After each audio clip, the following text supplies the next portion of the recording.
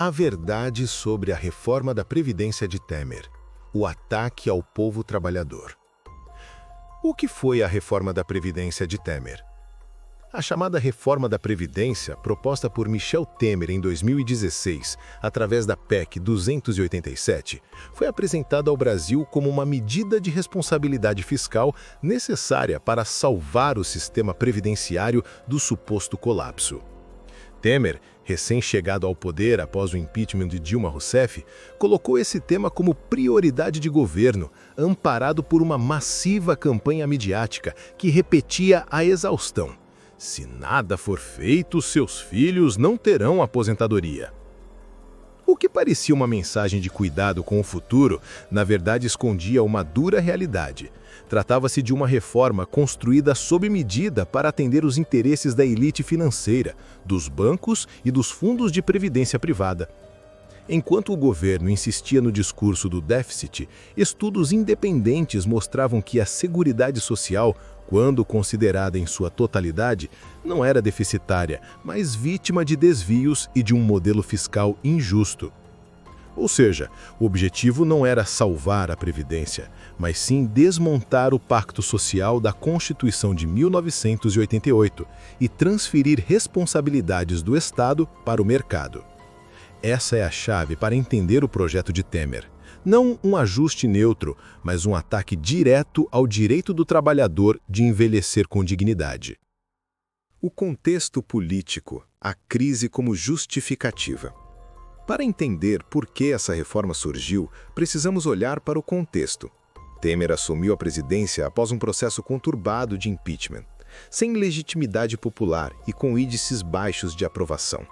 Precisava de apoio político e encontrou respaldo nos grandes empresários, no sistema financeiro e nos meios de comunicação. Assim, a reforma da Previdência foi vendida como a solução para a crise fiscal. Mas aqui está a questão central. A crise foi usada como justificativa, como narrativa de convencimento, e não como diagnóstico real. Enquanto o governo afirmava que a Previdência era insustentável, ignorava que bilhões eram desviados do orçamento da Seguridade para pagar juros da dívida pública, e que grandes empresas acumulavam dívidas bilionárias com a Previdência sem serem cobradas. É nesse ponto que a elite financeira entra em cena. Quanto mais difícil fosse o acesso à aposentadoria pública, mais brasileiros recorreriam à previdência privada. Ou seja, a crise serviu como cortina de fumaça para justificar um projeto de classe. O aumento da idade mínima, um obstáculo para os pobres. Um dos pilares da PEC 287 foi a imposição de idade mínima de 65 anos para homens e 62 para mulheres.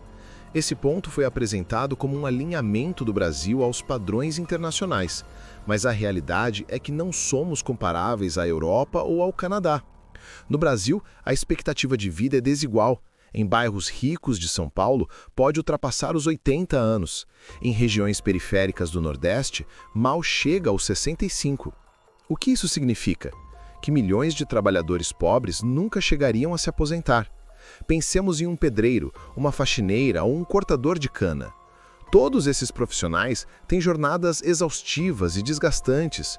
Exigir que continuem trabalhando até os 65 anos, muitas vezes em condições insalubres, é condená-los à chamada aposentadoria póstuma, quando o trabalhador morre antes de usufruir do benefício. A medida, portanto, não atingia a todos de maneira igual.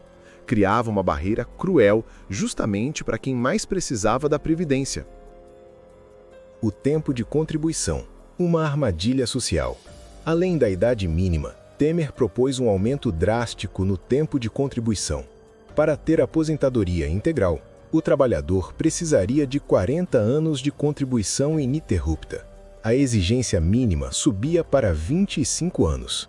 Mas será que isso é possível no Brasil real? O país tem mais de 40% da força de trabalho na informalidade. Milhões de brasileiros alternam períodos de emprego formal com fases em que sobrevivem sem carteira assinada. Para esses, acumular 25 anos contínuos de contribuição é praticamente impossível. Isso significa que grande parte da população teria direito apenas a aposentadorias parciais, com valores reduzidos, insuficientes para uma vida digna. O resultado seria o aumento da pobreza na velhice e da dependência de programas assistenciais. Em vez de fortalecer a proteção social, a reforma criava uma armadilha, exigia o impossível da maioria e reservava a aposentadoria integral a uma minoria privilegiada, ligada ao emprego formal e de maior renda. O impacto nas mulheres, a duplicação da exploração. A reforma de Temer também foi marcada por um forte ataque aos direitos das mulheres.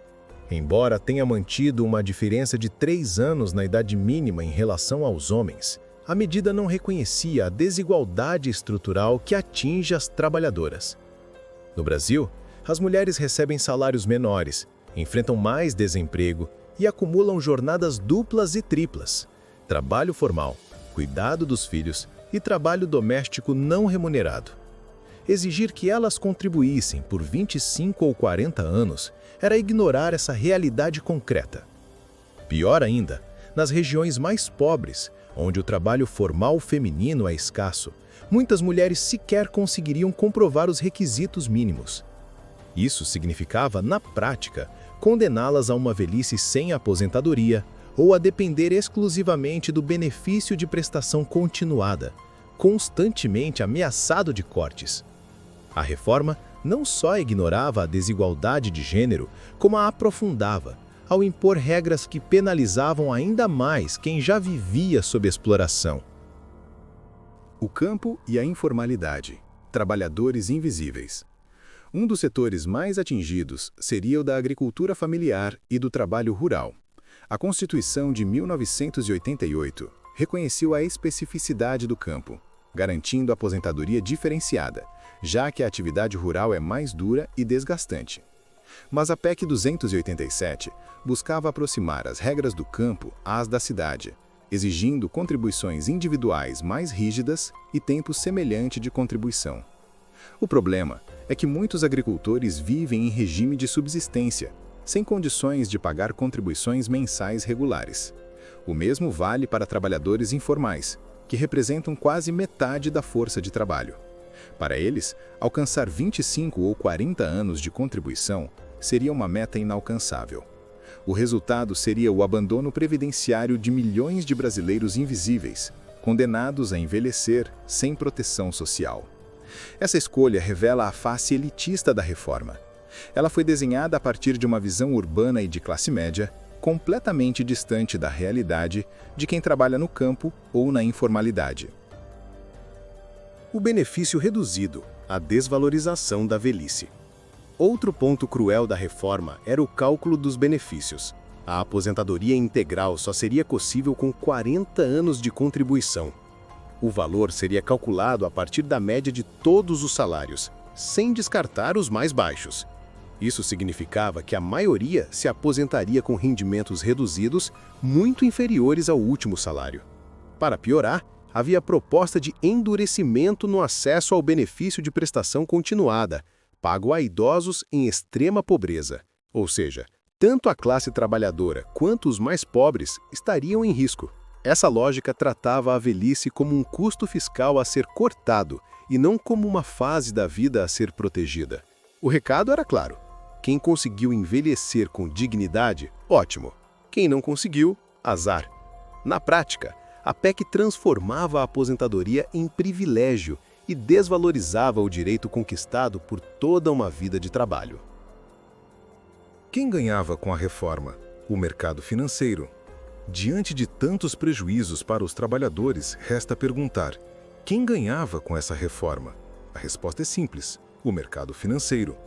Ao dificultar o acesso à aposentadoria pública, Temer criava um imenso mercado consumidor para planos de previdência privada. Bancos e seguradoras seriam os grandes beneficiados, pois passariam a oferecer soluções individuais para o que antes era garantido como direito coletivo. Essa agenda neoliberal de transformar direitos em mercadorias já vinha sendo aplicada em vários países e Temer buscava replicá-la no Brasil. Além disso, os devedores da Previdência, muitos deles grandes empresários, continuavam intocados. Em resumo, a conta foi jogada para baixo, enquanto os de cima lucravam ainda mais. A reforma não era neutra, era um projeto político, construído sob medida para atender aos interesses da elite financeira e não da população. Conclusão: a reforma como projeto de classe. A reforma de Michel Temer não foi um ajuste técnico, mas sim um projeto de classe. Seu objetivo nunca foi salvar a Previdência, mas reduzi-la, desmontando um dos principais pilares da Constituição de 1988. Ao impor idade mínima irreal, exigir tempos de contribuição inatingíveis e reduzir benefícios, a PEC 287 negava a aposentadoria a milhões de brasileiros.